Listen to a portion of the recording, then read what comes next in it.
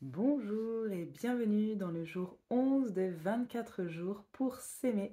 Je suis super contente de te retrouver. J'espère que tu vas bien, j'espère que ça se passe bien. Voilà, les jours qui avancent. Alors, dans le jour 11, on va reparler un peu de la maison 5. Dans le jour 5, on avait parlé de la maison 5. C'est marrant d'ailleurs, c'était le jour 5. Et on parlait de la maison 5 pour rappeler un peu cette joie spontanée de l'enfant, cette capacité à créer, à voir autour de soi, à vouloir juste être dans la spontanéité, dans le jeu, se rappeler à quel point c'est important d'être dans le jeu et dans un peu l'ouverture à la joie qui est autour de nous.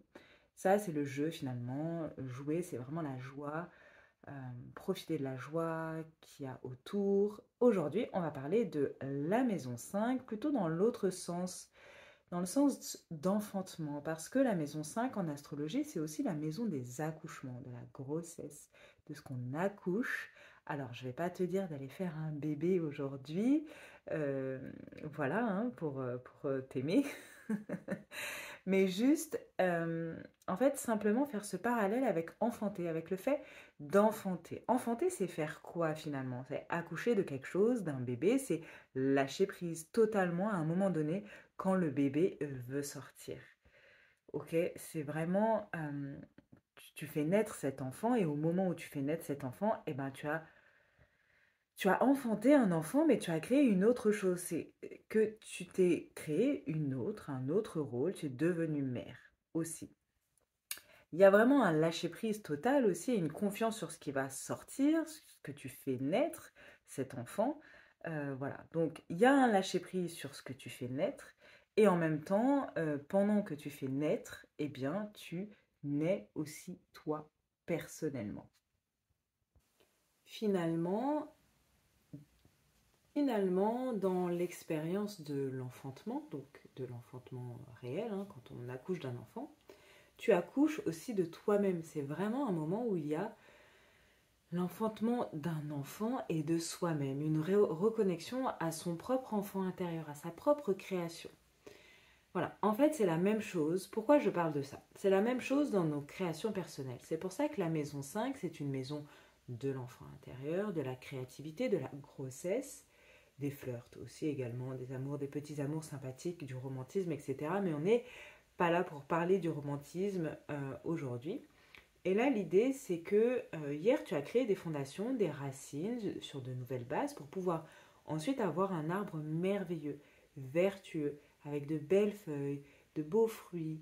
Le but, du coup, c'est d'oser accoucher maintenant de toi-même par ta création, quelle que soit la création. Et quand on parle de création personnelle, on ne parle pas forcément de faire de la peinture ou de la sculpture, une chanson. Ce n'est pas forcément en lien avec l'art.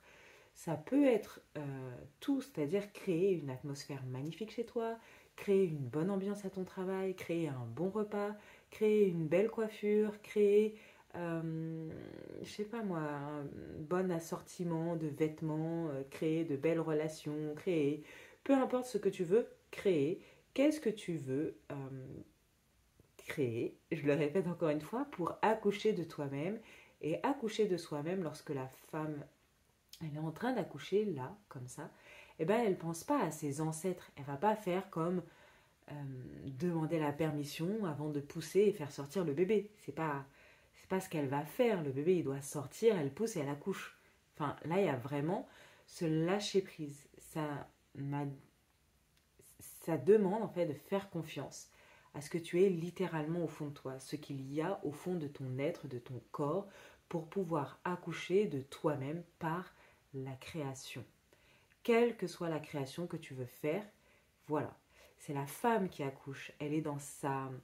Dans,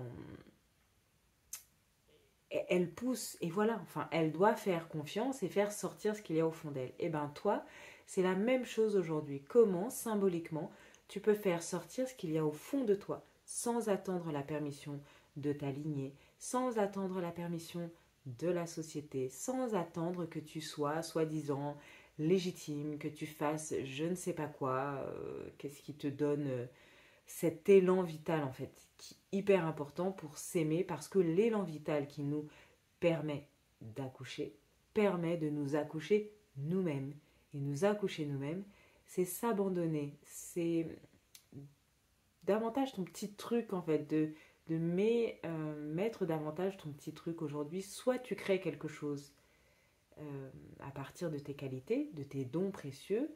On a déjà vu les qualités que tu as, comment est-ce que tu peux créer quelque chose à partir de ça. Comment est-ce que tu peux prendre soin aussi de tes créations dans ta vie.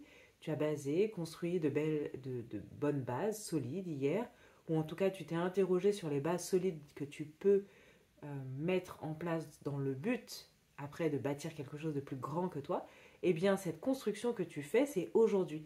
Comment est-ce que tu vas enfanter les créations que tu as peut-être déjà faites? Comment est-ce que tu peux faire en sorte d'en prendre soin comme une mère?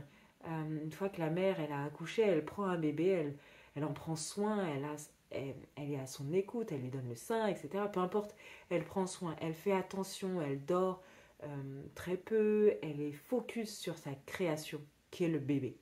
Comment toi, tu peux être focus sur tes créations, la vie que tu veux créer, les relations que tu veux créer, le monde que tu veux créer, la maison que tu veux créer, l'ambiance, le livre, je sais pas, peu importe ce que tu veux créer, comment est-ce que tu peux le faire? Oser se faire, euh, se lâcher en fait, se faire confiance, sortir ça de toi et ensuite, eh bien, en prendre soin comme la prunelle de tes yeux.